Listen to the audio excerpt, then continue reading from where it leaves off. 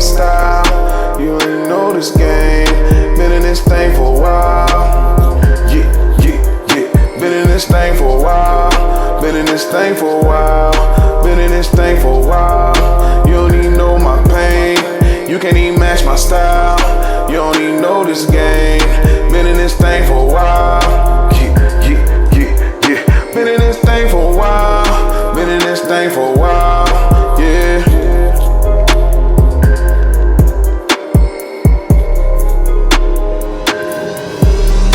Yeah. Here we are. Back again. The anticipation. Yeah, it was it no longer another week in the book Eve. It's the day. It's the day. We here. Man. Shout out to Rich for another week in the book Eve. Man, I'm telling you, you bring us in and we'll kind of talk about a little bit of the in-between chapters. Okay. This is chapter 74, man. Was it everything I dreamed of? What we're talking about is affirmation versus discernment, man. This is something that was on my mind.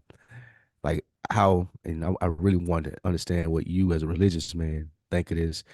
Like how much do the affirmations, I can do this, I'm good enough, I'm this and I'm that, versus I need to be realistic with myself, bro. Like this shit not happening. I need to like for the betterment. That's a great, okay. For the betterment of me. Yeah. When do I make those, when do you make those decisions, and how do you come to those decisions, especially if it's a dream or a relationship, a person? Like, what's the difference between just being, what's the word? Gullible, not gullible. What's the difference between being hopeful or it's a word I'm looking for. I can't think of delusional. Can't think of the word. Delusional. There you go. Boom. Good. What's the difference between being delusional and really believing in yourself and saying, "Nah, I got this." There we go. I think that's it right there. Yep. Yeah. Yep. So we'll get into that later. But y'all know why you're here. It's another week in the books. We appreciate the bookworms, the co-authors, the feedbacks, the comments, all the love to keep the show pumping, man. Y'all don't know, again, I'm going to say this every week until y'all get tired of it. The fuel that it gives to get the feedback that I've been getting, that Mo's been getting from this show, man, it adds an extra log to the fire. It makes it absolutely easier to get in here and be personable. It makes it easier to get in here and talk to each other and be non-judgmental and be open enough to say things where you may be judged by it, but this is a safe space. Mo, you and I are doing a great job in creating that space, and I'd like to commend you, my brother. How you doing this week? I'm doing good. I commend you as well, brother, just being open and, vulnerable, and we'll continue to keep doing that. And I just, what I love, bro, is this thing. And I've noticed, that's why I'm glad we're doing a podcast. So I found somebody to link and build on that same momentum, because I was like this, and I'm like this and was like this in real life. I've always been able to, being around some of the toughest dudes, they just always felt comfortable around me, where it's like I can kind of let that demeanor down a little bit. Like, I guess this sense of approachability, but also this sense of like, I can be vulnerable. I can talk about something embarrassing and I don't have to feel no type of way, because this dude ain't gonna like come at me crazy. Like, and that's always been a thing. And I feel like that reflects here, because now some of our supporters, listeners, brothers, sisters, whoever, they feel comfortable enough to, speak what they feel about the episode. And I think that there's a thing about being able to be reached, maybe not touched, but reached, metaphorically speaking. So it's just a great thing. So we definitely appreciate, definitely read the email this week. So shouts out to you. Also read the comment this week. So shouts out to you. I will say, as we get into the recap of last week, just something to do this episode. You gonna read the email? Is it you? I can read it. Yeah, no problem. Yeah. Is it the one you sent to me? Do I know about it? Yes, it's the one I sent to you. Yeah. You want me to read it? Or you got it? You got it pulled up already? Quick with the quick draw. I do have the Van. You're not talking about the comment from Van Everett, right? No, the email. I think I sent you a screenshot. Integrity chapter. Yeah. Okay, I got it. You ready? Yeah.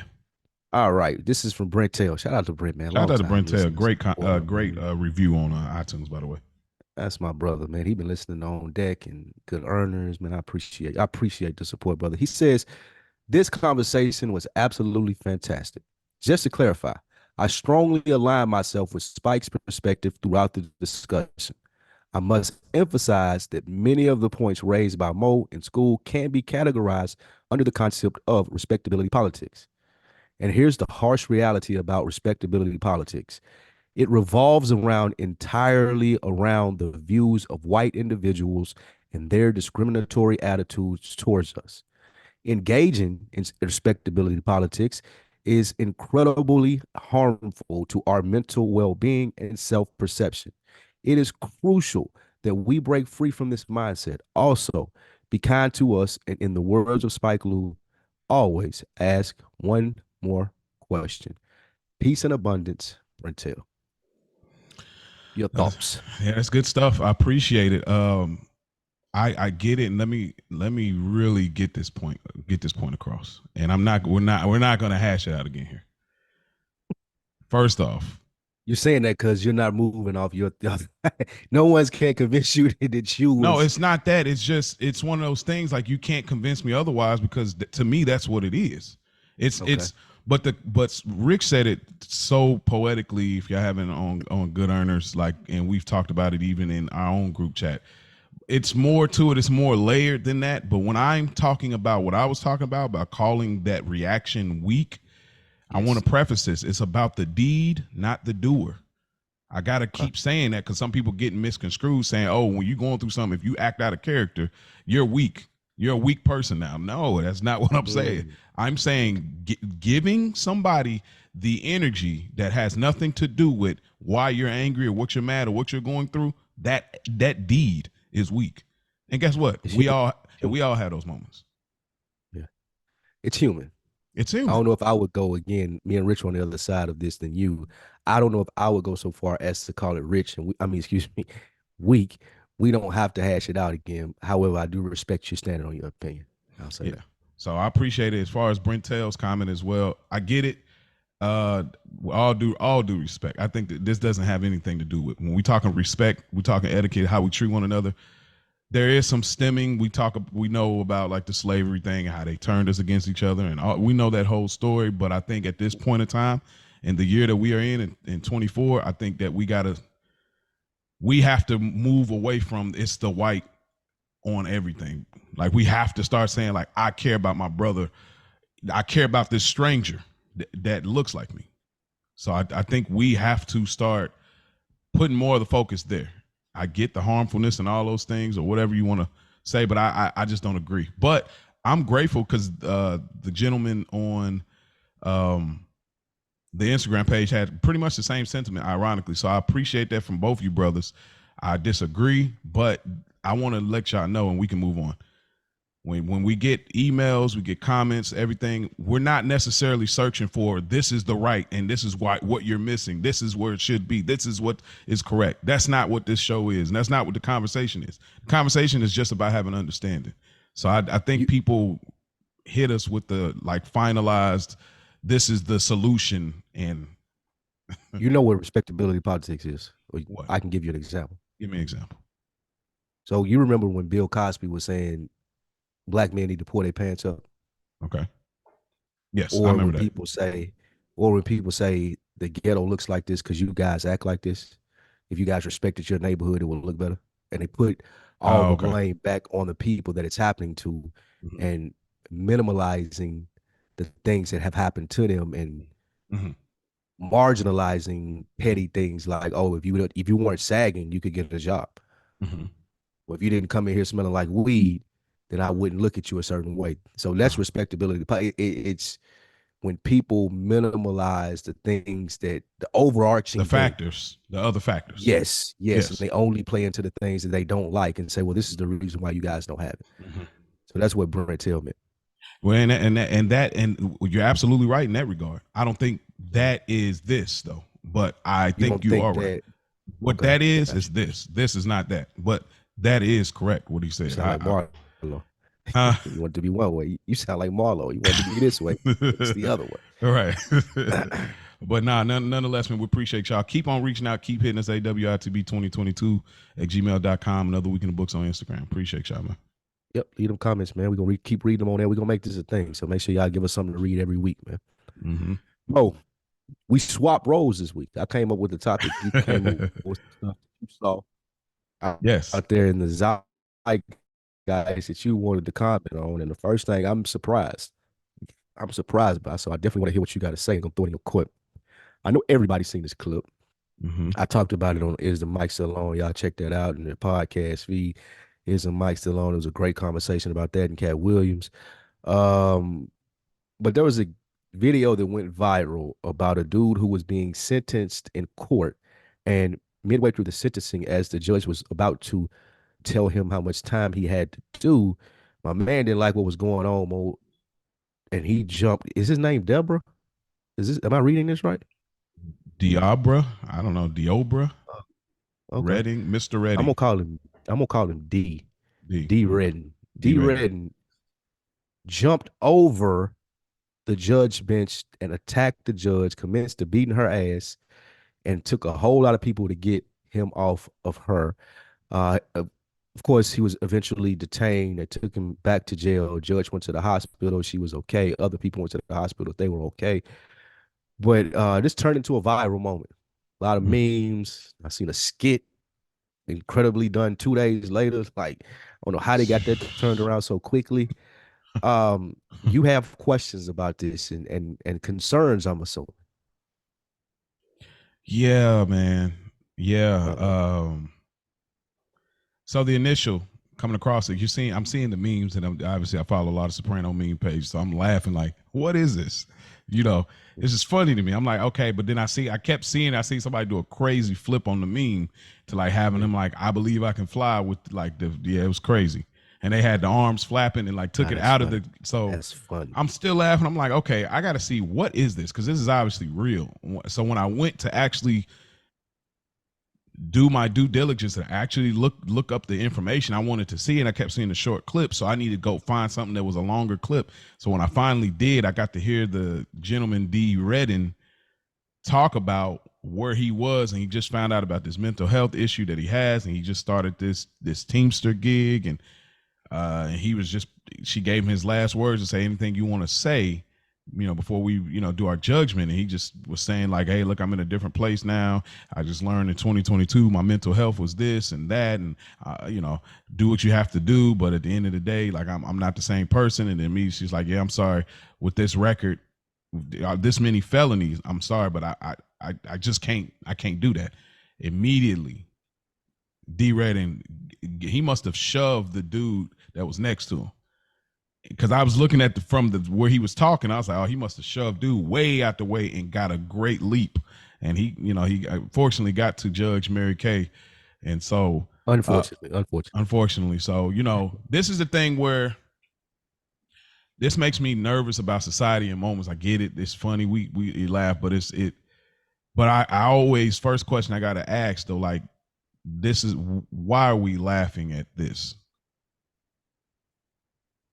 Why are we laughing? Yeah, why are we laughing at this? What are we laughing at specifically, or what should be funny about this clip? You know how high that judge? Oh yes.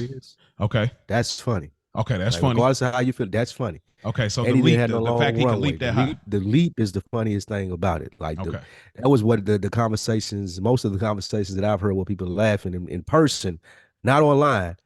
I know we talked about it. Like I said, I can't believe he cleared that desk. Yeah. Yes. I can't believe he did that. So that's one reason why we're laughing at it. Okay. Two, it's not, you don't look at a judge as a person of like, it's not a sympathetic figure for the majority of Americans, unless you're related to them. Yes. Right. Because most of us have been in front of judges, whether it be traffic tickets or whatever else it may be. And I promise you that probably wasn't the most pleasant time that you had. You probably, if you didn't fear the repercussions and have family, I ain't saying it crossed your mind to jump up there and do what he did, but you at least wanted to get him a piece of your mind because they was being smart with you. And you felt like it's because you sitting up there and you got a privilege where you think you can talk to me any kind of way. Mm-hmm. Right. So people are gonna laugh at that when those people, judges, finally get their just due. When you see something happen to them, it's people out there that probably are thinking, damn, I wish I could do that. Mm-hmm. So that tied in with everybody trying to be funny on social media. Mm-hmm. Everybody's trying to get a laugh. They're trying to get a meme off. They're trying to get followers, engagement. So you see this and everybody's talking about it. All right, so what can I do to make this funny, make people pay attention to me? It's funny because people aren't necessarily paying attention to that. They're paying attention to, like what you said, the memes or the edits of the videos, the songs that were added to it. Like all of that shit, it's the generation that we live in nowadays. Mm-hmm. And I can't I can't believe, because I know you're a smart brother, Mo. I know all of that didn't escape you. So there's something deeper that you're saying about it. So Mm-hmm. tell us what you mean when you ask that question. No, I think you really cooked there. Like you Okay. really charbroiled that. Okay. I didn't change your mind. No, I think I will give all of us credit in society for the most part. I ain't gonna say all of us. A lot of us in society, we have the ability to compartmentalize. So Yes. with a joke that layered, like how we're able to listen to Dave Chappelle, which we'll speak about later, but how we're able to compartmentalize the funny without the offensive, I guess, in a way. Yes. So no, you're absolutely on the ball about it, and those things are funny because of the fact that it happening in such an unfamiliar way, you know. But I guess when we get past that and say, okay, but though this is funny and we can't believe it, real thing happened though, you know. Yeah. And so let's kind of move that conversation to that direction. So did you actually hear what he was saying as far as going through his like kind of spiel before she sentenced him? I read some of it. For those who don't know, he was in front of the judge for probation violation. This man has 3 felonies and 9 misdemeanors, including robbery, breaking and entering. I'm not sure what the violation was, Mm-hmm. but that was his rap sheet. And with that being his rap sheet, what the judge was telling him was, hey, bro, you've been active out here. Mm-hmm. And I wouldn't be doing my job if I didn't sentence you harshly with this long rap sheet that you have. And I don't know if it's the conservative Lou in me or just being older, but I get that. Mm-hmm. Like, this is a nigga that can't be on the streets. Mm-hmm. And he proved that by Yeah. jumping over that fucking like you proved like she didn't even get the sentence out before this nigga went and jumped over the bench and was attacking her. Mm-hmm. Adding to what she was saying as to, my nigga, you're a menace to society, bro. Like, you can't be out here on the streets. Maybe you need to go sit down for a little while. Not Mm-hmm. forever, Mm-hmm. but at least a long while for you to understand, like, it's a privilege to be walking around out here free, bro. Mm-hmm. It is a privilege, regardless of how people want to look at it and say it's my American right to do this, that, and the third. It's still a fucking privilege. And when you jeopardize those privileges time after time after time after time after time, you can't expect someone to sympathize with you, especially someone in her position who sees this shit all day and is probably numb to it. Do I sympathize with it? Absolutely. Because I know niggas like that. I know niggas like that that just need another chance to get their shit straight. I just need one more chance, Judge. I get it. I know those niggas. However, she don't. And then this nigga jumping over the bench and doing what he did makes her justified in what she was about to do. Mm-hmm. So yeah, I don't feel sorry for bro at all, bro. Even with the mental health stuff that they telling me, none of that makes me feel sorry for him, because that could have been somewhere else. That could have been out on the streets. That could have been an innocent woman walking up and down the block. That could have been a kid. That could have been somebody when she thought the judge was like, okay, I'm gonna be lenient and give you a chance, and then this nigga decided to flip out in fucking Walmart over a basket cart. Yeah. You know what I'm saying? Like, nah, Yeah. bro. You got to go sit down. Yeah, that's what it was for me. It was like you proved everything right into. I mean, I think I read where it said he had something as recent as October. Yeah. So it was just like, what we talking? Yeah, what we doing? you know, you're absolutely right. We always know somebody's like, bro, this would be the time. And I've been that person that gave that the individual. It's like, bro, your track record is ridiculous, but I'm looking in your eyes, and you look like you just need that one more time. And I've done it, and it's still backfired. I'm absolutely. Do you do that? What? That's a great little twist right there. So have you done that with the thought process of I know they're gonna fuck up again. I just fuck with them so much I'm still gonna extend them this grace? Or do you do that thinking this person has changed? You have convinced me. I'm not gonna factor in all of this stuff that happened before. I'm gonna believe what you're saying in front of me today. Like which one do you weigh more on? It's a little bit of both. I don't think that a person with a track record that you're dealing with, a relationship, a sibling, a cousin, a person you have a relationship with in the past, I don't think that you can cancel out the previous things, that track record that they've had. But I also think that you do see something, say, okay, maybe you have changed. I think I think two things are true in that scenario. For example, like my brother, it's an unfortunate thing that it's just one of the hardest things. Like it's so normal that I'm numb to it, but when I actually take time and realize what it is, it hurts. It's like my brother is like out on the streets and he's on drugs. You know what I'm saying? And like we grew up in the same house, everything, bunk beds, talking about girls. Older or younger brother? Younger, Forgive me. a year younger, 11 months younger. So he right up under me. And there's a time where he was doing some kind of traveling job where they was just doing some like door to door, some kind of like Ponzi thing that he would go back and forth. He'd be out of state for a while and he'd pop back up, and he'd be out of state and he'd pop back up again. Eventually he finally decided to stay back, and like me and him, we always start off good, but then we always get into it. And I think I spoke about it before when we was fighting. Well, that was like the last time, but I'll get to it. But like this time I was dead set on not letting him stay with us. But then my wife really crazy enough spoke to like give him a chance. And my mom was with us too. And she was like, I think you should give him a chance. I don't want him to. And I was like, damn. So we give him a chance. But when we get there, everything's all good at first. But I think because of his habit, he kind of hears voices and he starts accusing us of taking things of his in our house. I think you said something about that. Yeah, but he's not saying, Dick, shall take this. He's saying, oh, it's funny how this all of a sudden ain't around. Oh, wait. What is he saying? He's trying to say we took his little pamphlet? Anyways, so, but it ended up ending No, not anyways on that, because that's interesting though. Okay. Because he your brother, right? So he knows yes, blood all the way through. Grew up with you, and me doing this show with you for 74 episodes, I feel like I got a feel as well, pause, when someone alludes to something and like, like what you just said, it's funny how this isn't around. You're not the type of guy that's gonna like just ignore that and make them come out and say it.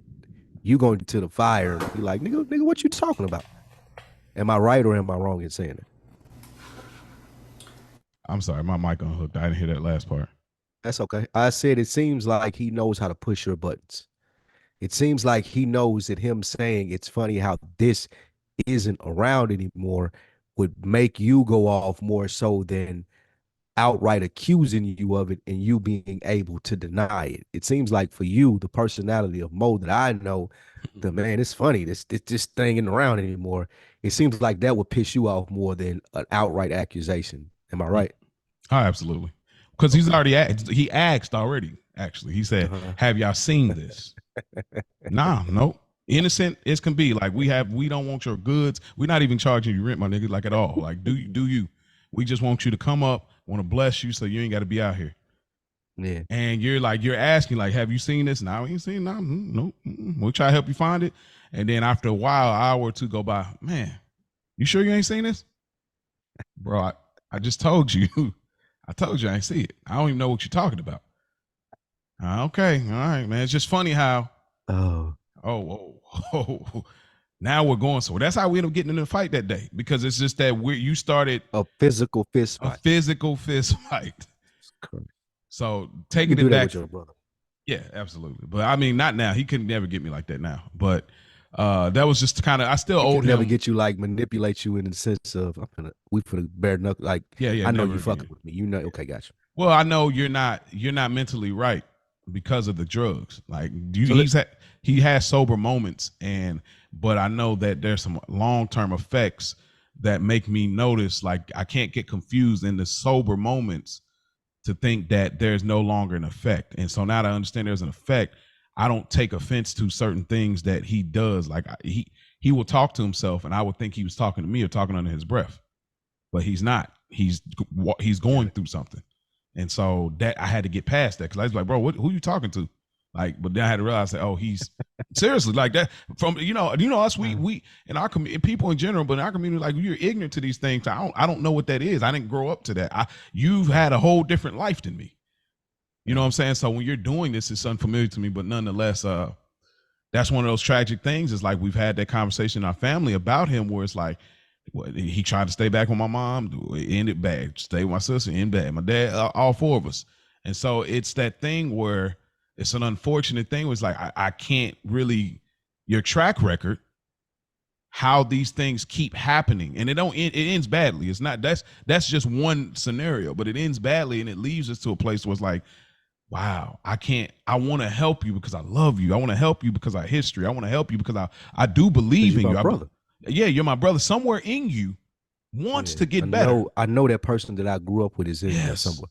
But so let me ask you this. I'm my bad. Go ahead. No, but that is one of those things that it hurts. It still hurts. Still hurts. Here's a layer I'd like to pull back, and I think it's going to be really good for the people to listen to this, and this is what they come to the show for. Because I heard something there that we all deal with. I talked about it when I was in New York, and you just talked about it. You had a feeling as a man, because we're different from women. You had a feeling as a man. You're like, nah, you can't stay with me, bro. Mm-hmm. However, two women in your life that you love, they were like, no, you should do it, because women have that place in their heart that we necessarily don't have. Mm-hmm. And I was talking about it in the subway thing with my cousin and my mom and my little cousins. Like, how did you feel?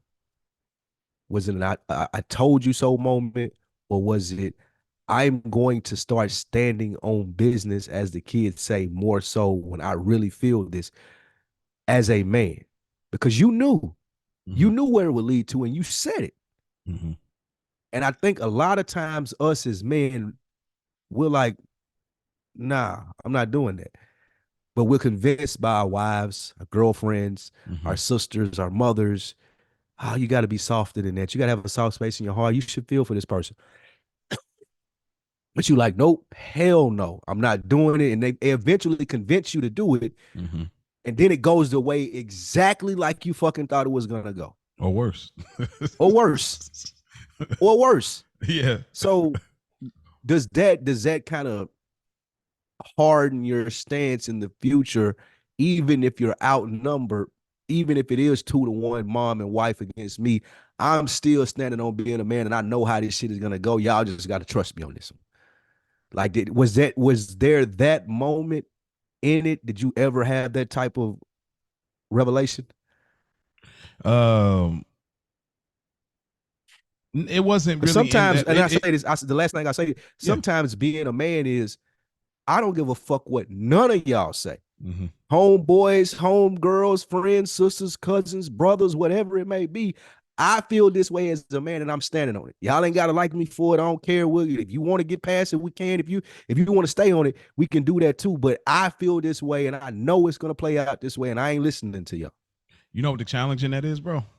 Because we all need to. That is a weapon we all men need in our arsenal. We need to have that. There are moments where I cannot be swayed. I don't care who I'm gonna be the man. I got to stand on this, because this is a belief of mine. I got to stand on what I believe this to be in this decision. But the challenge is, I don't think you've necessarily been there just yet, or maybe you have, as far as relationships. But from how I've observed you, it hadn't got to a place where it's merged into a oneness, where there is this kind of equal We need to be a unit. yeah, like an equal compromise thing. It's just like it has to find a way to get here in the middle and not two on the outsides. Like, all right, well, you do you, I'm doing me. So if that, and not just you, anybody, if people haven't been to that place in regards to like a relationship or a, even like a, relationship with family or whoever, where it's like that, then it becomes challenging, for a person, I imagine like you, it's easy to come back to that because for one, like we always refer to the only child. I always had to trust in what I believed. I always had to walk in what my conviction was. And then, also being a single man too, it's just like, well, this is what it is. I'm going to do this. Anybody else got to get with the program.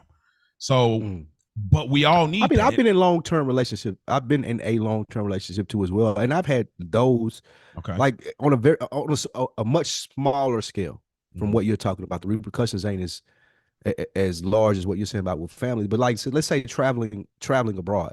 Like in my previous relationship, me and my girl would travel abroad a lot, and there would be things that she wanted to do with things like, and I was like, nah, we not doing that. Just because I don't feel safe in doing it, and then who gonna protect you? Like, nah, it's a lot more to go into. Oh, we just gonna walk down this dark ass street because we over here in this foreign country, and you think it'll be a good experience and want to take some pictures here. Versus if something happened, who the fuck gonna what's the process if something happens? So now we're not doing it, and it goes to, oh well, you're not any fun or things of that nature. But you still stand in your conviction as a man, like, nah, because this can get out of hand. And I know that there's no reasonable way for me to be able to handle this. So I'm going to stand on what I believe in and be like, nah, we're not doing that. So let me ask you. And it can make you come off as an asshole, as an asshole sometimes. True. A lot of times, really. And I want to ask on that, what about the matters that are not as simplified? That's a simplified thing. And you could feel good walking away from it. As a man, you're just like, look, she could be mad at me, but guess what? I just saved us. I protected us. And I protected us. I kept us. I did something to prevent. But what about the things that are not as obvious, where you might not be feeling it? All right, let's just say like there's a restaurant. You want to go. I'd make this super different. I don't know, off the freestyle. Say there's two restaurants. You want to go here. Yeah. She want to go there. The restaurant she wants to go to is the restaurant that she really likes, but she always complains or something always happens with her order. But they always got the specific thing that she likes. Right. You don't like it as much. You like the other place, and you feel that the other place might not be as high in scale, but they be nailing the food. Right. There's the moment where let's say you feeling your gut, we're gonna go to the place where she wants, and they're gonna mess up the order again. And it happens. So what do you do in that moment? Do you stand on, look, we're going here? Trust me on this. That's a really good parallel and a great question to go into, because at that point, in my opinion, everybody ain't got to agree, but I think you're just being an asshole at that point, because that ain't life or death. That ain't life change. Like, okay, we go there, we have a bad experience. You still you can be like, I told, like, it feels good sometimes to be I told you. You know what I'm saying? I told you. So in that situation that you're saying, like, I'm letting her get that off. Yeah, you can have it. I don't want to do it. I ain't gonna mope or pout and act like a kid because I don't want to do it. I'm still gonna enjoy the experience. But when the thing that happens that I knew was going to happen happens, told you.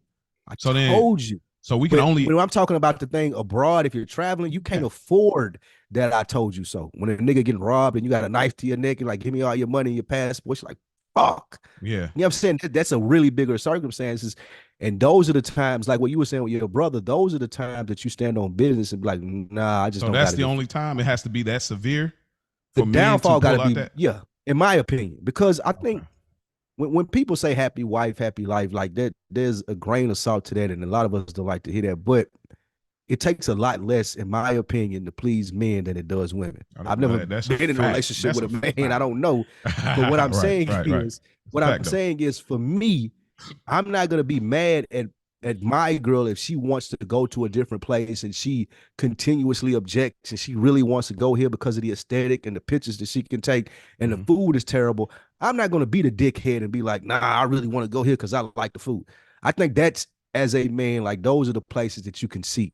But when we're talking about safety, we're talking about money, we're talking about things that could really be detrimental to our future, I don't know, I'm standing on business. Like you got Okay. you just have to be mad. But if Okay, it's so something now we're trivial, getting to if it's those something things. Okay. trivial, yeah, like okay, cool. Like, oh, you got it. I might not like it, but you got it. Okay. So okay, now we're that's the layer I was trying to get to. Is like when do we, because it's like a lot of us men, a lot of times where you're in relationships or the relationship with family, whoever, like we are doing that thing. And I just watched a comedy stand-up by I can't remember his last name, but Sebastian, I don't remember what his name is, but he's an Italian dude, kind of funny. But it's this thing of like burying things deep, like as a man. It's a gift for real. I got Like, it. bro, Yes. you know how many times I be wanting to snap when my wife just critiques my driving? Like just anything. I want to go crazy. But I have to bury so deep because it's like, bro, No, I get what you're saying. Because it are be you really small about to do? things to them. Yeah, Yeah, man. and you listening to it like, man, I can't. What the Right. fuck? Yeah, Yeah, right. I've been there. I've been So there. you know what? So it almost seems like the things you're talking about let's call it the man affairs, where you talk about the money, you talk about the safety, we talk about the environment, we talk about things that become more detrimental, and that's when all of the things of compromise and things we push down as men have to come up in those moments. And I think my concern sometimes, and I was there, and I talked, shouts out to school, we personally talked, but like after my DUI, I spoke about it on here before, but like I felt less than a man. So I was not only burying things deep, I didn't know how to come back out of it and start dealing in the man affairs. Like, I don't think we should do that. I don't think we should do this. Standing up You where I feel should like have. she had the upper hand. Yeah, on everything. Like, So well, I you could. got to listen to everything that she say. Okay. Yeah, no matter danger, no matter finance, no matter what, I had to just do that because I felt less than because of my bad decision that cost us so much. Until finally now I'm here and I am back in the man affairs of, all right, this is where I got to stand on. Now we not doing that. So it's a real thing, man. That's a great pull. But that was a good tangent right there. But yeah, but I love my brother, man. Shouts out to him, Antonio, man. Yep, absolutely. All right, next. So Dave Chappelle. Oh, go ahead. Yeah, let me hear. No, go ahead. So Dave Chappelle, the recent stand-up, really good stand-up. He killed his whole. Man, This was so good. Yeah, I know it really was. He's just different. He's really different. He's a different dude, bro. Yeah, he's just different, man. It's crazy to me how he has such a white audience because people don't even realize, like, bro, Dave Chappelle keeps it black. Like you on mute, by the way, but like he keeps it fully black. Like there is no like pandering about anything he's saying at all. He's keeping it so black, but he has such I feel like a vast white audience. So that was just a sidebar. I'm like, bro, people don't realize. No, he's keeping it fully black. Like he's really himself. But he was speaking about being a strong dreamer and staying passionate about what you believe for it. So I'm gonna play this. This is just a little clip from it. The stand up on Netflix. And in that moment, I learned one of the most valuable lessons of my life, and I have to share it with you. And that lesson is this. In your life, in any given moment, the strongest dream in that moment wins that moment. I am a very powerful dreamer. Yeah, I'm not lying.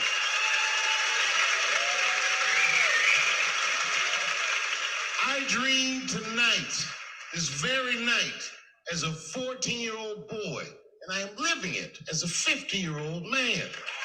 My dreams are very strong.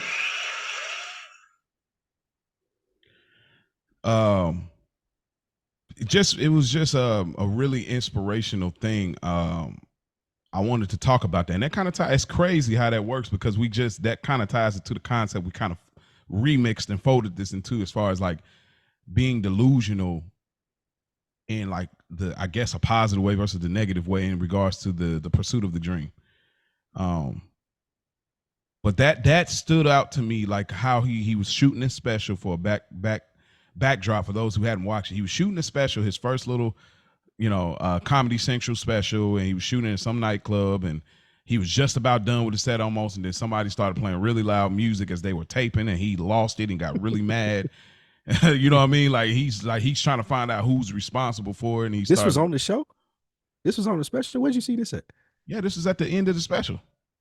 I missed that. Man, yeah, that's where the clip from. It's from that. Like he talks about it. He's like, man, who did this? And he was like, bro, I don't care. Like he was going after, and he ended up getting in a dangerous situation for real. But he was so passionate about like, listen to me. This is my dream. Like y'all messing up my little special, bro. I'm broke. I'm trying to make it, and y'all, you know, somebody messed it up by playing that music in between, you know. But just that type of tact to go after what you want, and what you're trying to do, it just goes a long way, man. Like Dave Chappelle, he's such an interesting dude. We on this show always talk about authenticity, which is why it works so well. And just hearing him talk about that, being a 14-year-old dreamer to now being a 50-year-old, you know, man, looking at that, you know, we could all hope for that and grind for that, to have that moment to be like, this is it. But he said something even more interesting. Talk about sometimes you are a part of somebody else's dream. And that is what I wanted to ask you about. How would you feel about that? Like, let's just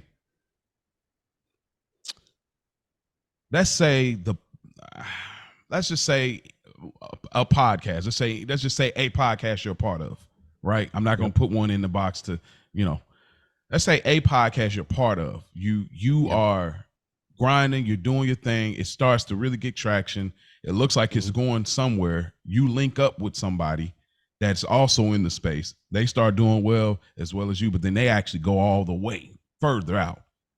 But they always reach back to you, that y'all keep the connection for years and everything like that. And they are always so excited to be around you, but you are still on the grind, but your grind stays at that level and it never surpasses that level. Mm-hmm. Would you be okay with the fact that like the person that went to the next level, or whatever we want to call it, how they still hold you in high regard and say, no, actually, he's a part of my dream. My dream was to grind, but to meet Spike Lee, or to be rubbing shoulders with him, or be able to have conversations with him. Are you okay with that? Because it's a weird way how he worded it, as far as like he was talking about being in the club and somebody seeing him, and the dude getting bottle service and everything. He's doing big things. And Dave Chappelle over there just writing down stuff, smoking a cigarette. And he's like, yeah, the dude's like, yeah, man, I was in the club last night, man. I see Dave Chappelle. He seen me popping bottles and stuff. He said, I realized I was a part of his dream. And so I don't know how to word it. I guess I just thought it was just an interesting thing. I may not be doing it justice in how I'm wording it, but I guess I'm just. Okay. Yeah, let me reword it and make sure that I understand correctly. You tell me if I reworded it right. You're saying if it never really takes off for you, but an associate, partner, or friend, they really excel in the space and they give you credit for the influence that you have over their success, but you never get to see that success. How do you feel about that? Is that what you're saying? Yeah. Ugh. That wouldn't make me happy, if I'm being completely honest. Like, that would not make me happy. And it wouldn't have anything to do with them. But it would have a lot to do with, there's certain expectations, and this get back to the only child bag. There's certain expectations that I have of myself. I hold myself accountable and kind of harp on myself longer probably than I should, or, you know, just have this voice in your head saying, oh, you could be doing more, you should be doing more, look what this person is doing. And not in the sense of jealousy, never that, because I don't look from an envious eye, but just in the sense of, if you, talking about me, if you were working this hard, you would have these same opportunities. That would be the thing that would bother me the most, because I would feel like that there was something that I didn't do. There's something that I wasn't doing. There was a connection that I didn't make. There was something that I didn't say, the show that I didn't create. Like, it would bother me to wit's end that I haven't found out a path to be successful in it. Now, if you're talking about, I want to clarify, if you're talking about mainstream success, like Kevin Hart is Kevin Hart, right? he has his homeboys, like the Plastic Cup Boys, I believe they're called. Mm-hmm. Those dudes aren't Kevin Hart, but they still are highly established comedians. They make a living for themselves, Mm-hmm. right? Mm-hmm. So if you're talking about that scenario, I wouldn't be as mad. It wouldn't harp on me as much, no, because I can make a living for myself. I have a name for myself, even though my fan base isn't as big as that person who said I influenced them. I still do have a fan base that I can pay my bills. I live comfortably. I can buy what I need to buy, do what I need to do, provide for my family. That's fine. Mm-hmm. But if you're talking about that person being Kevin Hart and me being going to stand-ups, making $150 a show, I can't pay my rent. Okay. I don't have a car. Yeah, that would that margin. I would be not even the margin. It would be not even me measuring myself against them, but me measuring myself to the point of I had the same opportunities, or I feel like I had the same opportunities this person have, and they took it to this level, and look where I am. And I don't know if that's healthy or not. I will be completely transparent in saying that. But as you asking for a genuine opinion in that, like, yeah, like it would bother me. It would definitely bother me. And again, it wouldn't be any envy or jealousy or hate towards that person. It would more so be totally internal. It would be internal. Mm-hmm. Like, man, you bullshit. Like I go through that now. Mm-hmm. Like even like the people that I started podcasting with, we're all primarily on the same level. Like me and Animal Brown, like he does a lot of stuff. Dolo, I do as well. Like we still talk about podcasting stuff, not as much as we did when we first started and had the dream of building a company and doing these things together. Mm-hmm. Now it's more so an individualistic thing, which is no problem for me. I don't hate him for that. He don't hate me for that, because we're still able to get together as A and B Mike or B and A Mike on Deck TV and give people what they want. I don't look at anything that he's doing now and say, man, I wish I was doing that, because I have the opportunity to do the same. Mm-hmm. But if I was only doing On Deck and he was doing 8, 9 different things and had all these different things going on, I may feel a certain type of way. And it wouldn't be, again, towards him. Mm-hmm. It would be towards myself to say, oh, man, what am I doing wrong? Why don't I have those opportunities that he has? Mm-hmm. What say you? I think you hit it up. That the Plastic Cup Boys example was a fire example, because that I always talk about that. Like my wife knows. Like I'm always like I'm like, bro, I want success, but I want like to be, but you don't know. I want that, like I'm getting it, but I'm low key, almost on some Currency type stuff. Like I'm not a fan of Currency at all. Like I don't like his music. I cannot stand his music. But no, stop. Wait, let him stop. Nah, stop. bro. He rap. Get on beat, bro. Had to throw him under the bus like that. Get bro. on Come beat. on. Nah, but I love his personality in his interviews, though. I love listening to Chop It Up, like Vince Staples. You know what I'm saying? So it's like having that fan base. It's like, bro, I can tour when I'm ready. I don't have to stop to. I can keep dropping tapes. They're coming for it. They want it. We're good. We're locked in. But at the same time, I don't have to deal with these mainstream issues and these meetings with people I don't want to meet with, in these conversations and these parties and these rooms and these places I don't really care to be, and I don't want to get out of character for. So for me, that is my goal. Even with this, it's like I don't know what that looks like and how do you map it out that way. Only thing I know as far as this and the things that we're going to continue to do is integrity, authenticity. Like it's staying honest and true to who we are in this, you know what I'm saying? So for me, and talking about like if somebody goes further and I don't, I think I'm with you as far as like the internalizing of what is it that you're not doing or what are you missing out on? And I've been there. I've been around guys that I've looked at. I've had the opposite effect where I was the guy looking and like, dang, thinking about things and how could I get there? And then I don't know. It just hit me one day. I just started going harder. Like, I don't know, bro. Go harder. Like, reach out. Do something. Yeah. Do something. You know what I mean? Like I just started doing something, bro. Like, I was like, all right, bro, go harder. Do something. I didn't put in all of my unreleased hours of this, and wanting this and listening to people say, man, they dope. Look how they do this. Look how did you catch that, man? Which is what I want to talk about. We're going to talk about this concept. This like kind of like when to call it quits and when to keep going, like the delusional versus the dreaming concept, which is what bothers me with certain podcasts where it's not quite some podcast niggas is just talking, B, and it comes off really strong. And here's the thing, like, I check myself all the time. Let me be clear. I'm not the definition or the standard for like, oh, this is what a great podcast looks like and sound like. I don't pin myself in that corner. However, if I'm asked, or if you want my viewpoint as far as what we do, is just certain things, like with certain podcasts, it's, and then you get on, and then some of those be the ones that get on. Some of those be the ones that get further. Some of those we know some podcasts like a Wallow and Gilly, you know what I mean? Like we know, or like a Drink Champs or whatever. We know why it's winning, but we know from a technical standpoint, it's like, all right. So I don't really trip about other people. Some hate right there. There was some hate. Yeah, that's fine. That's fine. I'm hating. Hey, them brothers is getting it off. Like they getting it off. I'm here at the crib. I'm here at the crib recording that. Nah, but I mean, no, seriously, like. So. Okay, go ahead. I'm about to get. I don't want to get. I'm about to get on my rant box. Nah. I ain't gonna even do that. Nah. Let me go back to being cool. Let me keep it cool, y'all. Nah, we cool. I think. Well, okay. Here's a question that may make you do it. So, from that, I think that there's an interesting question. What do your successful friends owe you? Nothing. Really? Do you really believe that?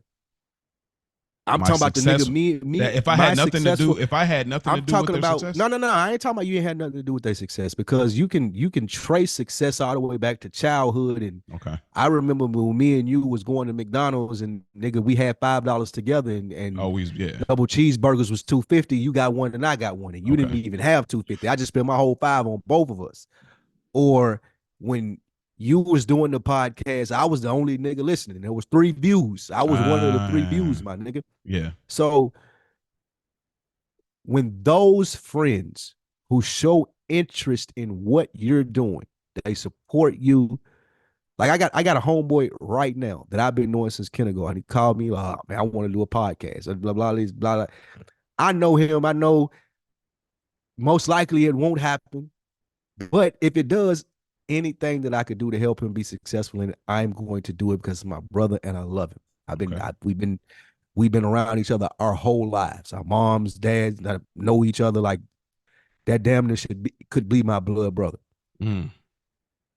With that being said, I wouldn't feel comfortable if I were to do this tomorrow and I get to revolt and they're like, okay, we're giving you $80 million. And you can develop, and you're the head of podcast directing for us. I'm sorry. Can we pick a different company, please? Why? Oh, it's okay. We're speaking things right now, right? We're speaking. Never mind. Okay, you're right. Let's say it's iHeartMedia. You're right. Good point. So let's say iHeartMedia says, hey man, we finna make you the director of podcasting. He knows it's my homeboy. He can call me on the phone. He has had my same number for all these years, and he said, I'm ready to do it. I'm ready to do it now. Like, and you like, well, shit, of course you're ready to do it now, nigga, because you know I got the bag and I can provide you with the opportunity for this to change your life. Mm-hmm. But with that being said, I would still look at it like, absolutely, my nigga, why wouldn't I? And I think sometimes for me, because I feel like I know that I would do that. I don't think that a lot of people who were presented with that opportunity that I know would do the same thing. Mm-hmm. So it makes me wonder, is that the right thing to do? Because, go ahead. Well, I think it moves away from kind of the question a little bit, because you're talking about how you're talking about your internal either convictions or obligations you feel, but you asked, do you think it's not even an obligation? It's just that you feel. That's what I said. I have to. I don't feel like I have to. I just would do it because I would want to see that person do something more effective than they're doing right now with their life. But do you owe? Oh, kinda, yeah. I would feel like kinda, yes, I do. So it is obligated. Fair point. I don't feel like my successful friends, anybody, I don't feel like they owe me. You don't? No, I don't. Because the way I'm such a loner, you would think I was an only child, because I'm such a loner for real that just happens to like a omnivert or whatever. But like, I don't feel like you owe me.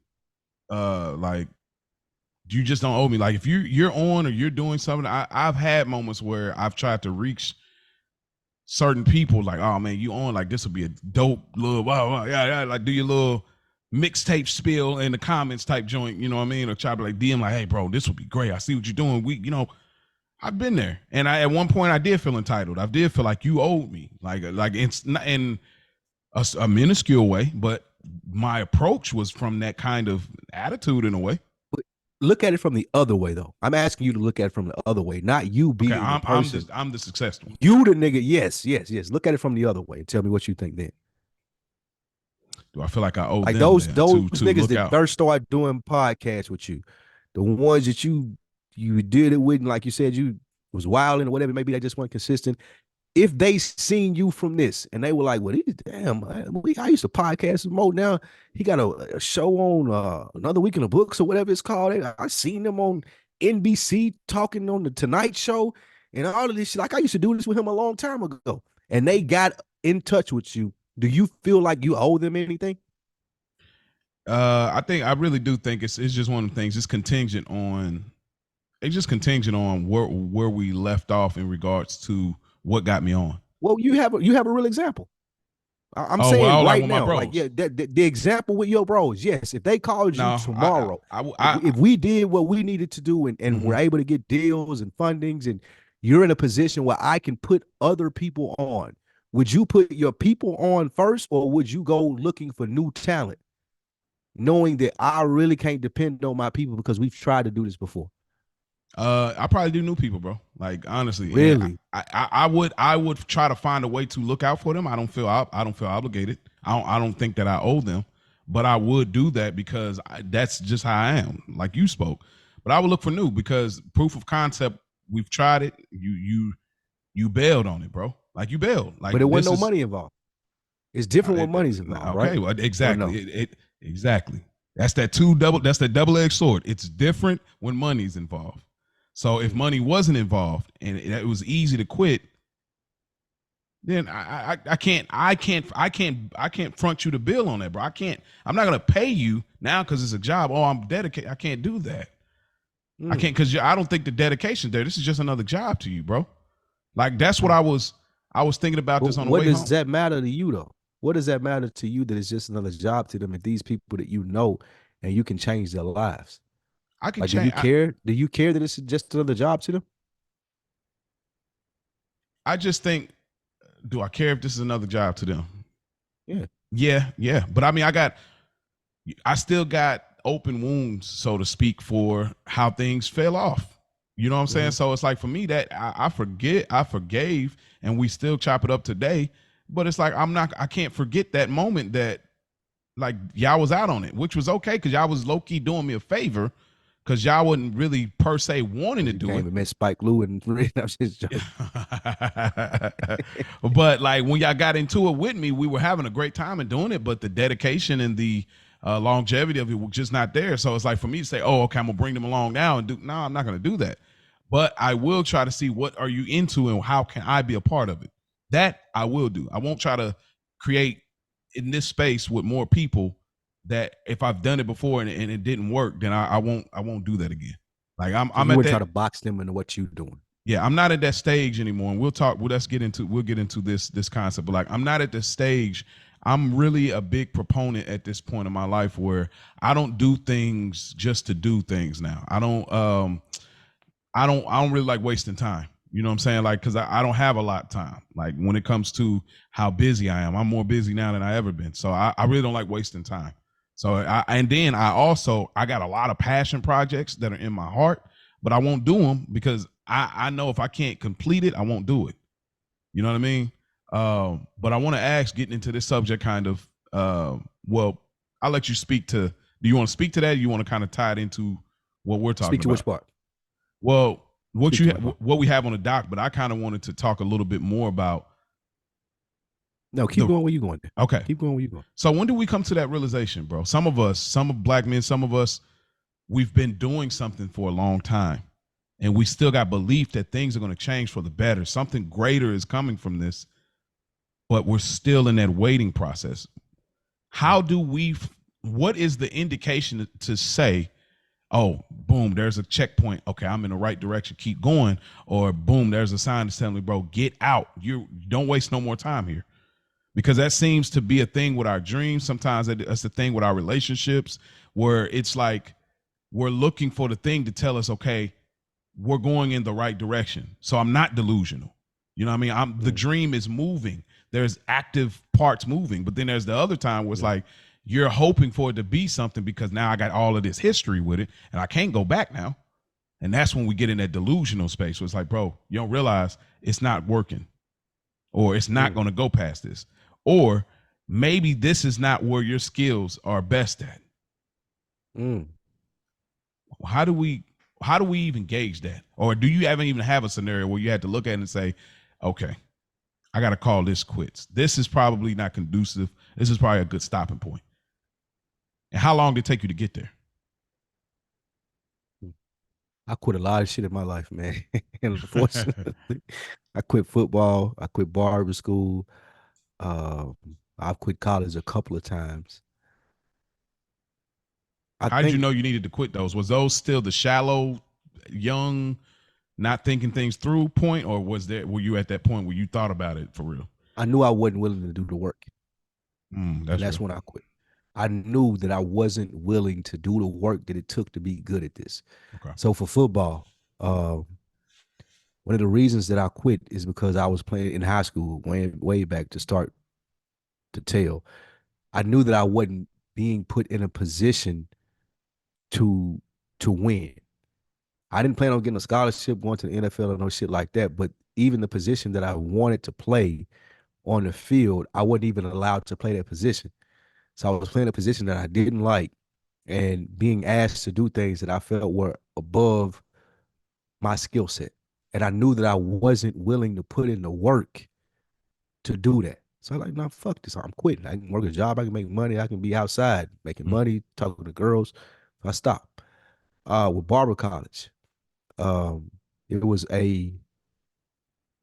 like, come as you are, like come as you want to. We'll sign you up. You can come one day out the week. You can come every day out the week. It's up to you on how you want to finish this and do this. And I would go leisurely and go out there and do my thing or whatever. Had clients, but I wasn't willing to. I'm not going to read this textbook and pass this test and go do this board thing. Like, I'm not willing to do this when I go home and when I'm not here. So I had to stop. And even with college, until I just recently got my degree, I knew that I wasn't fully dedicated to what it took to be great or good at it. So I bowed out of it. Like, and I'm not saying it's a good thing or anything of that nature, but I did understand that I had the emotional intelligence to see that, like you ain't gonna put in the work for this. I see the people that are excelling in this. These niggas is in here all the time at barber school. These niggas always got clients and cutting hair. These niggas is the first ones in class. I come 2 days a week. Or these niggas in football, they got playbooks and they going home with it. Like, I ain't taking no playbook home. So I feel like when you know, and this is where it's very important about being truthful with yourself. And really, and that's what made me even ask this question versus discernment versus affirmations. Telling yourself you can do it versus really knowing that you're going to do the fucking work to make it possible. Like, a nigga couldn't tell with podcasting. I've been doing this 10 years. There are people that would have told me, hey man, you should stop this because you haven't made it to this certain point. Like, when you started this, Charlemagne was in this position, or Noriega was in this position, or Joe Budden was in this position, and look how much they have excelled since then. And look where you are. But my rebuttal to that versus all the other things that I just told you about, football, college, barber school, I know that I'm willing to put in the work and have put in the work to do this. Like, there's a lot that I do to go into this. I record 4 days out of the week. Like Monday, Tuesday, Thursday, Friday, I'm recording podcasts. Let me ask. Maybe even Sunday for 8 hours a day. Go ahead. Did you ever question your commitment or your work ethic through To all them this? years? No, To like this? prior leading up to it, it's like, Absolutely, damn, I'm man. always quitting. Dang, I don't want to do the work. Okay, Yes, absolutely. so That was a then, thing that I battled with internally for a long time. This is the first thing that I've really put my toe, like, again, go back to the kids. This is the first thing that I've really did in my life where I'm standing on business and be like, no, I do this. I'm good at this. People appreciate me for this. I appreciate doing it.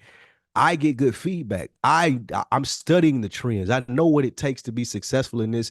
It's just a couple of more plays that need to be made for me to get to the level that I'm looking to be at in it. So yes, this is the first thing in my life in which I'm willing to be like, nah, I know I'm doing the work or can do the work or I'm able to do the work from it. All of those other things, I didn't have the passion for it. I developed a passion for this as I've been doing it so much, as I've been getting feedback from people, as people like that I've been close to that grew up with me and have no reason to lie to me and like, no, you're good at this. Like I listen to this and I know you and I know and I can tell from the other stuff that you may have been passionate about or not passionate about, this is you. So this is the first thing that I have accepted. And I'm like, no, I'm going to do all of the work that it takes for me to be successful with this. see that, and that's what I'm saying, bro. Like what I was saying before is like,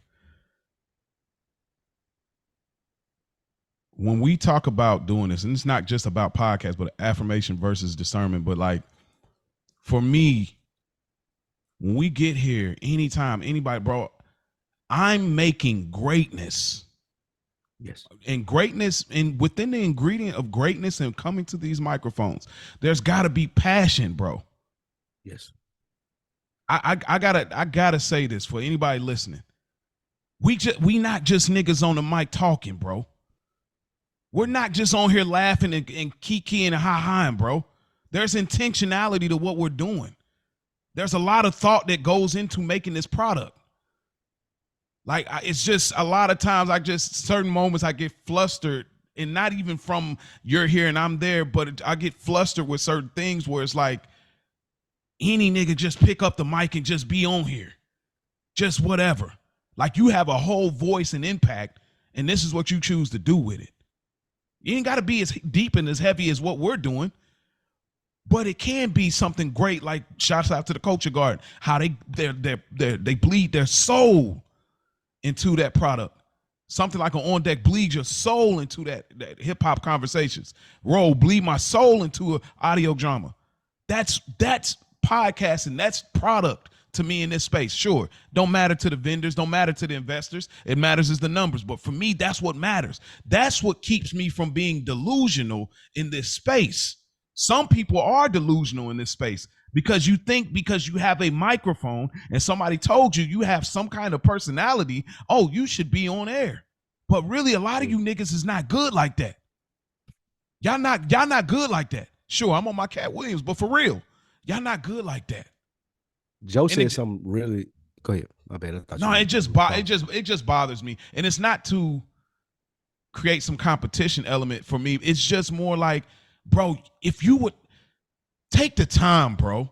Like that's would just be my issue. Take the time to think about it, construct something good, great, and then put the product out. We ain't just putting the mic on and we just blah blah. It bothers me so much because I'm not a perfectionist. I'm just an artist, and I want everything to be great. If I'm a part of it, it's got to be great in my own right. If the production's great, I'm intentional about how I speak, how I talk to you, how creating the fun, I'm intentional about it. When anybody out there, if you chasing your dream, have some intention about it. I'm like, I don't know, I just kind of was just doing something. Bro, that ain't never gonna work. You're gonna be delusional. Facts. Or if you're doing it just for other people's praise. Like, even though again, the feedback for this is fucking phenomenal. I love absolutely. Like some of the most, like we've been getting feedback from On Deck for 8 years, nigga. From everything, y'all my favorite hip hop podcast. I love y'all. I love y'all chemistry. But when we started consistently getting feedback from this show and people saying, nah, like, bro, this changed my life.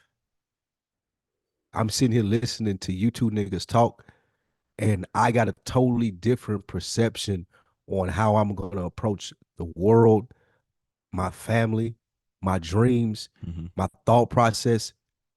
That shit, it was so humbling to me Yeah. because I wasn't used to talking to people and them having that type of reaction. But glory be to God, you and I have this combination where we can talk to each other this way, and people pick up from it and be like, nah, these niggas is in their bags. They're cooking. I wish that me and my homeboys would talk like this. As a matter of fact, I'm going to go talk to my homeboys about this. I do a lot of work in this space, and I said this before, and I want to really emphasize on this.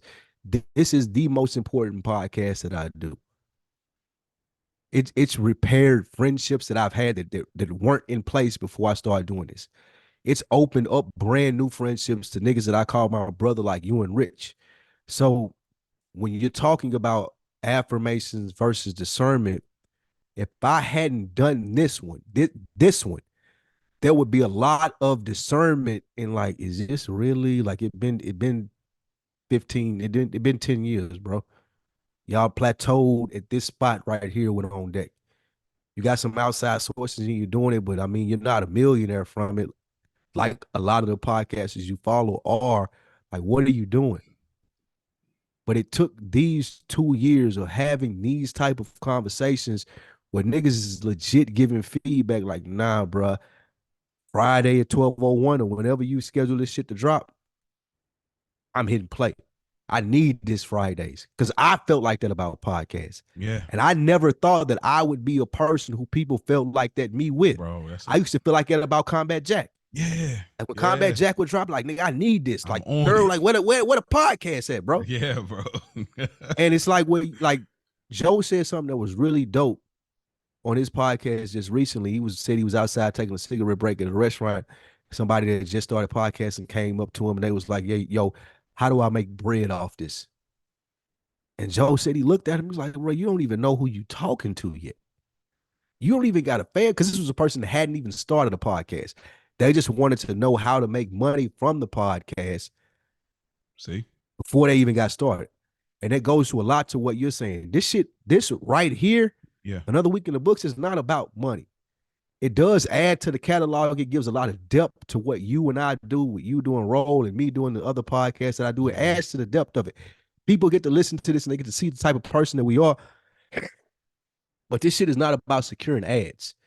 This shit is not about selling it to larger entities. This shit is not about any of that. It's about, I know I'm fucking good at this. Yes. And I know that these conversations and me being good at this are going to help a lot of niggas that look like me. Not in the podcast space, but I'm talking about niggas that got trash disposal businesses, niggas that are in corporate America, all of the people who are looking at this every weekend and like, I just need that little jolt from you guys to keep me going. And the difference between all those other things that I quit that I told you about is that. You know what I'm saying? Like, I can't guarantee that I wouldn't have stopped podcasting had we not stumbled upon this and we were doing Another Week in the Books. Like, I talked to one of my homeboys. I got something I want to add too. I met him at the barber shop. My homeboy Rod, shout out to him. I'll introduce you to him because he had a lot of feedback about you. But he started listening. He knew I did a podcast, listening to On Deck. And the only way that I knew him, it was from the barbershop. We would have random conversations. He asked me what I had going on with the other podcast, and I recommended Another Week in the Books to him. This is the first time, bro, we probably talked on the phone. I talked to him last Sunday for about 25 to 35 minutes, and that's a lot for me. I know that's a lot. Yeah, absolutely. Niggas that know me know, like 25 to 35 minutes on the phone, it's a stretch for me. But it was all about this podcast. How can y'all make this better? This shit is good. Mo reminds me of my homeboy who's just like him. You do this way. Yeah. Like it's just a lot of feedback that I get, and the affirmation versus discernment part of it, like it's something that feeds to your soul and your mind, says, no, you should be doing this. and know you're not going to have the tractions that a Joe Budden would have, or a Wallow and Gilly would have, or a Nori would have, because you don't have the same base that they have. A lot of people knew them before you started doing this. But what happens when people start to know you for doing this? See, and that goes into the Cat Williams conversation. Yes. Yeah, like, yeah, y'all niggas do this, but y'all don't do this shit like I do it. Yeah. Like, it's a difference between me and a Kevin Hart. Yeah. I'm talking about Cat Williams. Like, yeah, he cool and the corporations got their money behind him. Yeah, he locked. But when you talking to a nigga that really do this, them niggas can't compete with me. Yeah. Go ahead.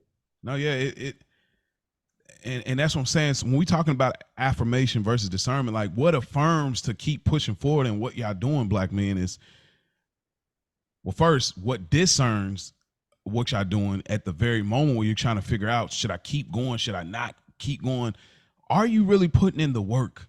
Do you want to do it? Exactly. And that's do you what really that's want the whole to do thing that this? I was trying to say. Do you want to do this? Like, am I willing to put in the work and fall on my face and Yes. not? I'm sorry to cut you out, but that's a triggering thing for me. Like, because again, all those things that I named before that I quit at, no, I was not willing to do the fucking work. But if Ken called me from dead and he'd be like, bro, I need you Sunday. You need to show up at 10:30 and we probably won't get through to 7. Okay, cool. I'll be there at 10:15. And let's get started, and I'll see you, and we'll be done at 7. Because I know I'm willing to put in the work to do this. I know how many people will see me over there doing this, and that I can bring over here to continue to expand our brand. Yeah. So, yeah, absolutely. And that's dope. That's fire. Picking up a shift on Sunday like that. But that discernment, like, do you still want to do this? My thing is your heart in it? That's the thing about you and Animal Brown that I always appreciated. And I want to talk about I want to attach something to that. But like the way you two, and Rick spoke to it a little bit in our chat, but like you guys still, your heart, your passion is still in it. Like you can, that's what I'm telling you, bro. I listen to other certain pods. It's like, you're not in it like that. You should discern and just stop. Like, bro, I can't tell you, like my way home, I was in my own little space. Like, this is what I be talking about.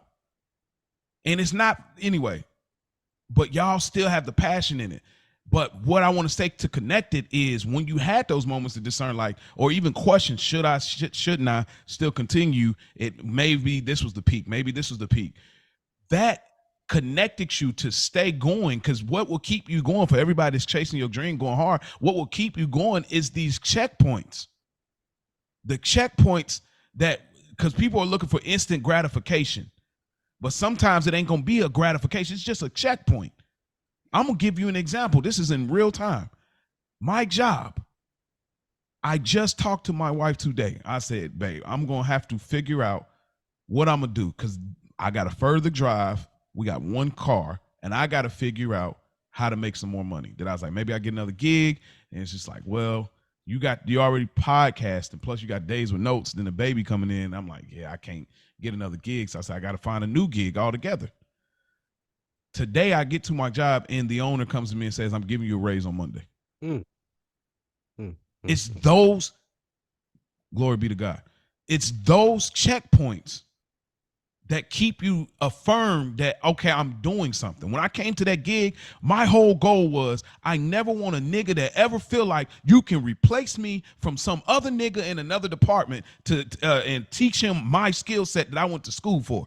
I will never be at your last. Yeah, I will never, and that was partly on me being comfortable. I will never step. That's what I want to speak to you podcasters. I want to speak to you dreamers, speak to you grinders. Man, you come in and do the work. I will never let nobody ever outbid me when it comes to my work ethic.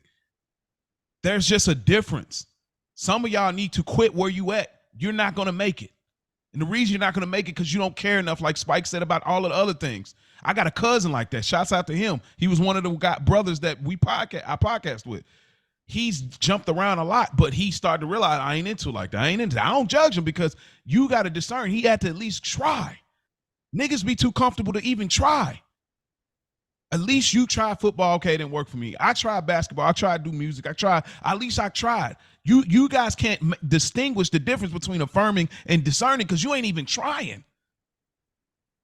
It starts with trying. Putting forth the effort that you need to.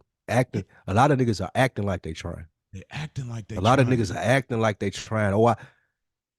So I hate to use this example because it's so easy, the slow hanging fruit, but I use a rapper as example. Okay. A lot of niggas act like I want to be a rapper. Right. I know niggas like this. I go to the studio, I pay for studio time, I'll write songs, I'll do all this shit, but I ain't willing to really put in the time to do what it takes to actually be a rapper. I see the benefits that come from it.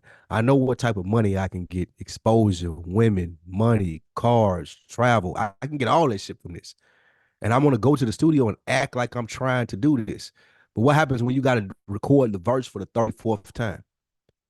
Like, what happens when a motherfucker telling you, like, this ain't it, bro? Like, you need a whole, like, scratch all that shit you've been doing for 12 hours and let's start over. What happens when those things are presented to you? Do you really want to fucking do this, or do you want to go home and do something else? Like, for me, I really want to do this. So if we do this for 2 hours, you be like, damn, Blue, we wasn't recording. Shit. I'm gonna be mad. Yeah. But guess what's gonna happen? Me and you gonna be 2 hours later and we're gonna record it again. And it may not be as good as it was the first time, but this is what I fucking do. Yeah. You know what I'm saying? So a lot of people have to ask themselves when we're talking about the affirmation versus discernment. When you wake up every morning, you tell myself, I'm a strong black man. I can do everything I put my mind to. I want to do this. I want to do that. Yes, great. That's perfect. You got the right mindset. But what is your practice about? How are you willing to, like, how uncomfortable are you willing to make yourself in order to get to where you need to be? That part. Like, you're not gonna get you. I promise you, and I know this from experience, and I know a lot of niggas who've seen success out here. They know this. There's a lot of uncomfort that comes with success, bro. Yeah. There's a lot of sleepless nights. There's a lot of I can't eat nothing because my stomach is fucking churning because I don't know the next move to make. But guess what? I'm engulfed in this shit, nigga, and I'm going to make a next move. I ain't gonna quit. I ain't gonna give up. I ain't gonna just go to sleep or just go talk to my wife about it and hope this shit get better. My stomach is churning because I'm the nigga. I know I have to make that decision. It's on me. Yeah. And that's what a lot of people don't understand when we accept these responsibilities as black men, when we step out here and say, oh, I want to be an entrepreneur. I want to be my own. I want to have my own business. Just because I don't want to work for nobody. I want to do a podcast. I want to be a rapper. I want to do these things. That shit comes with sleepless nights. That shit comes with being removed from your family. That shit comes from a lot of wonder in the sense of, man, bro, can I do this? And that's when the affirmations kick in. Like, yeah, nigga, I've been doing the work. Yeah. I've been here 14. I've been here 14 hours today. Yeah. Yeah, I can do this. Because I'm not leaving until I figure this shit out. Bro, there you go. That's what we talked about imposter syndrome, because you knew you wasn't doing that. You bodying it. That's exactly it. You like, oh, I want to I want to own my own business. Oh, I want to be an entrepreneur. No, you don't. No, you don't. Do you?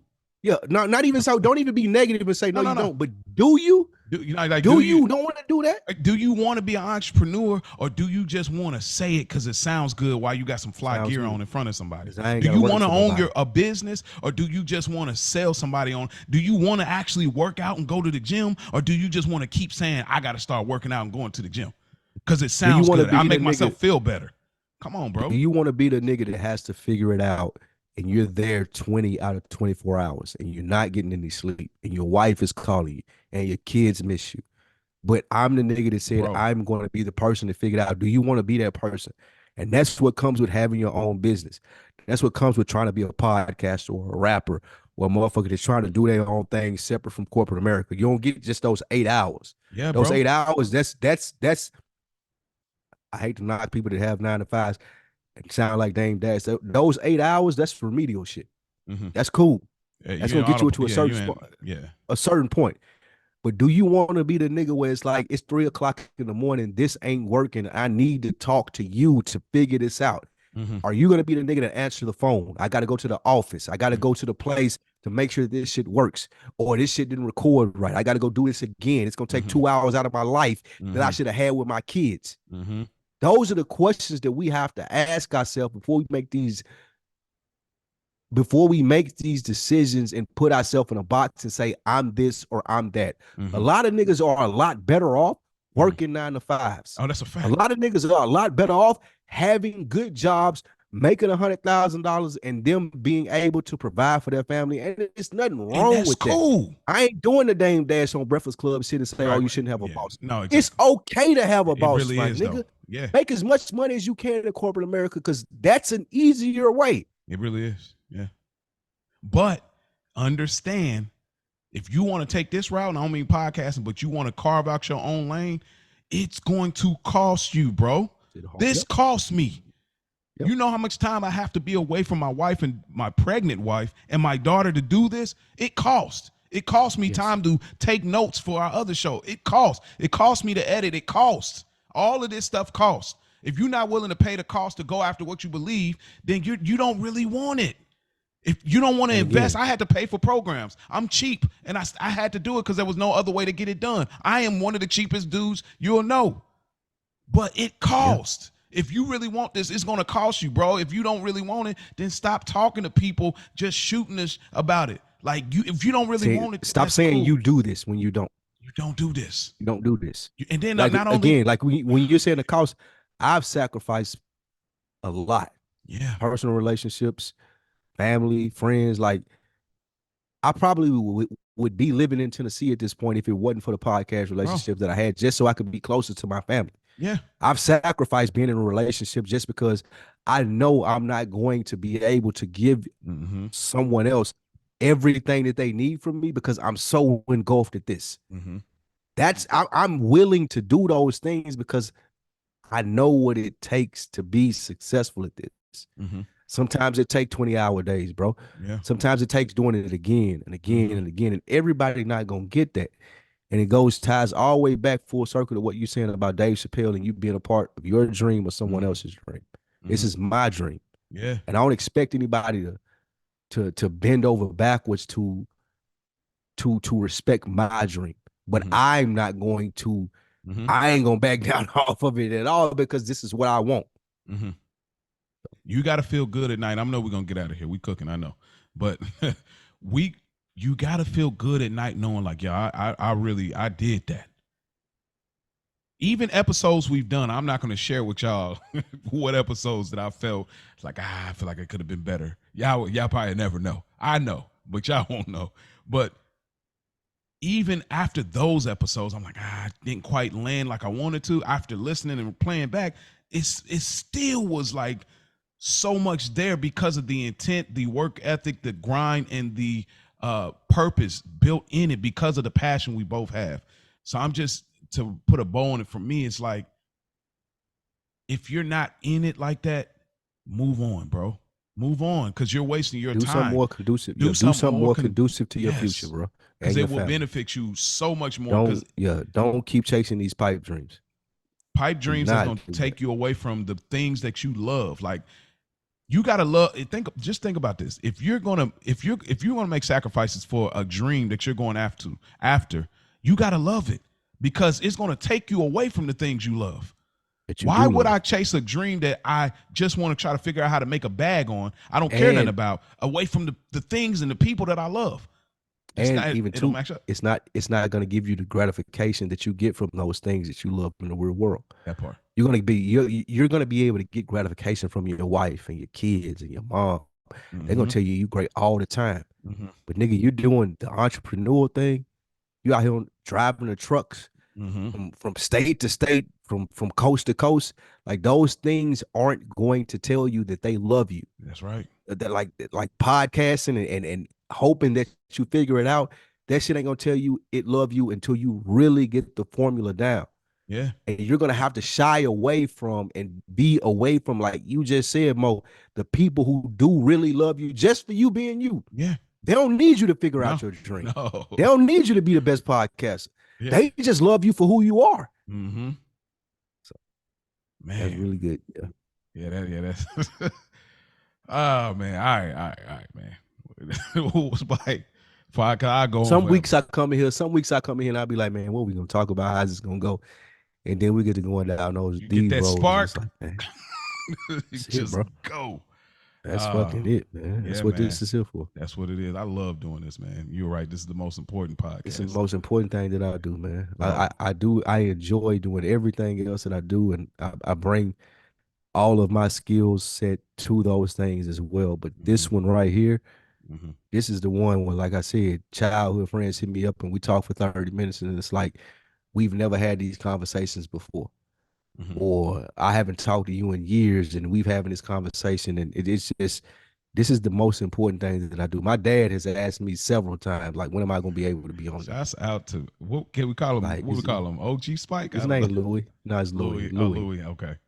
Louis. Now you're right, man. It's gonna be just, that's gonna be a tale. But I yeah, can't wait. this is just like, I we're on a appreciate this. we're on literally like a journey. We're like in real time discovering. So it's like that's what makes this good. Like this is literally like a book, next chapter, and it's like I don't know. We're about to pin What happens next? What happens next? What happens next? We don't know. That's the most. Those are the best books, and those are the Yes. best books. Yes. When you get to chapter 21, and you like, oh shit, man, Oh. I can't wait to read. I can't wait to read what's next, bro.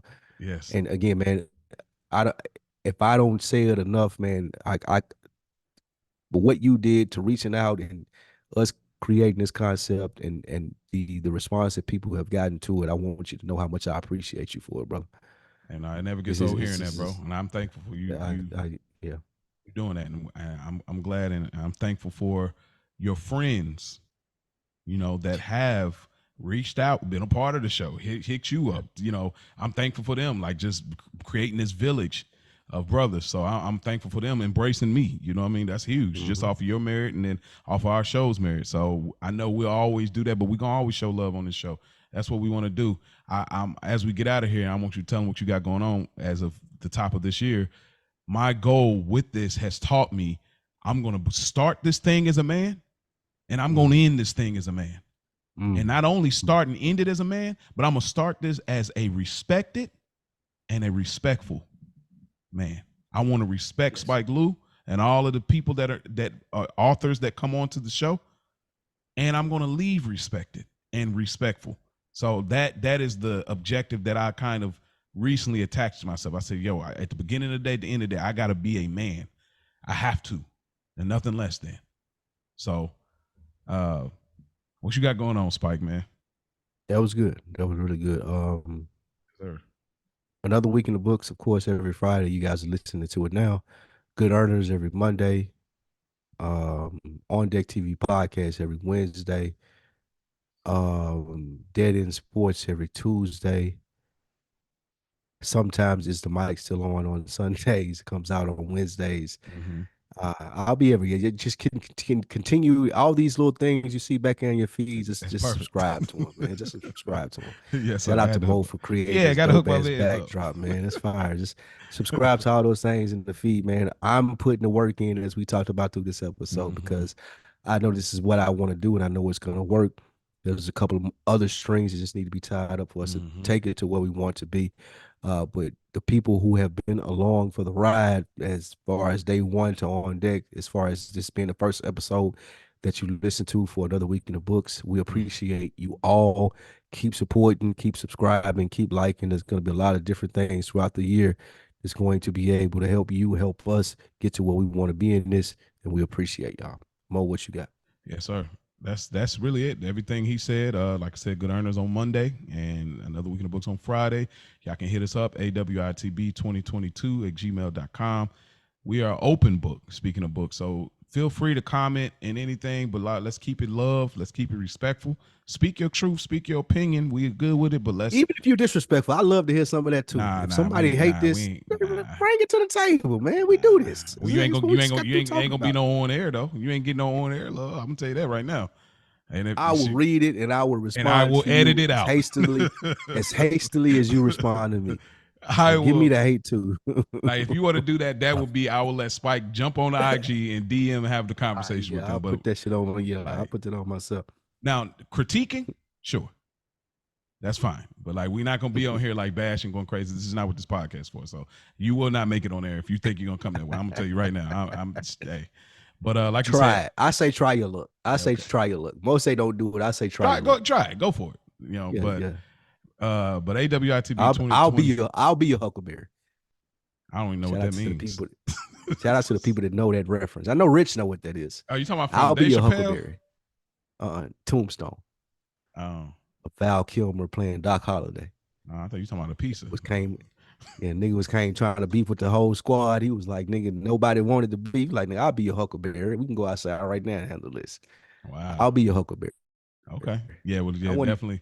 I know my guy Rich got that. Yeah, well, definitely hit him up. I am Spike Lou on all your social sites. But as far as us, another week in the books, Instagram, awitb2022gmail.com. 470 is the phone number, 470-318-5034, 470-318-5034. We're also on YouTube, y'all. Don't forget, if y'all want to see expressions in real time and all of that, y'all can check us out on YouTube. It's all good, or stick to the podcast. Nonetheless, we appreciate y'all, man. It's been another week in the books, doing it again, bro. Chip.